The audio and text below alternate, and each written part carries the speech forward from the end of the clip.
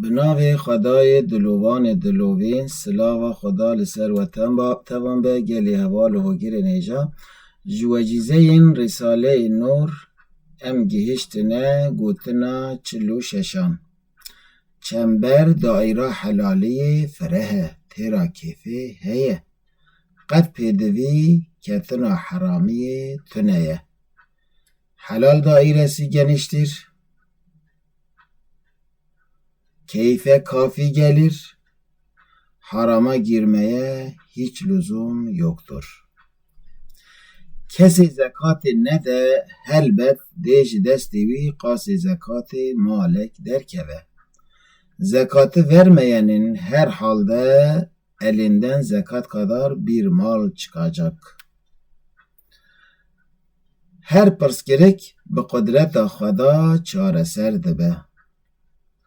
Her müşkilat Allah'ın kudretiyle hal olur.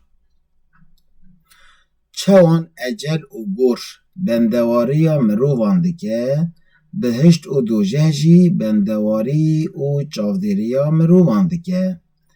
Ecel ve kabir insanı beklediği gibi cennet ve cehennem de insanı bekliyor ve gözlüyor. Naxazim dawiya zevqên bigune demkî û beredayî bibin êş û mixabinî.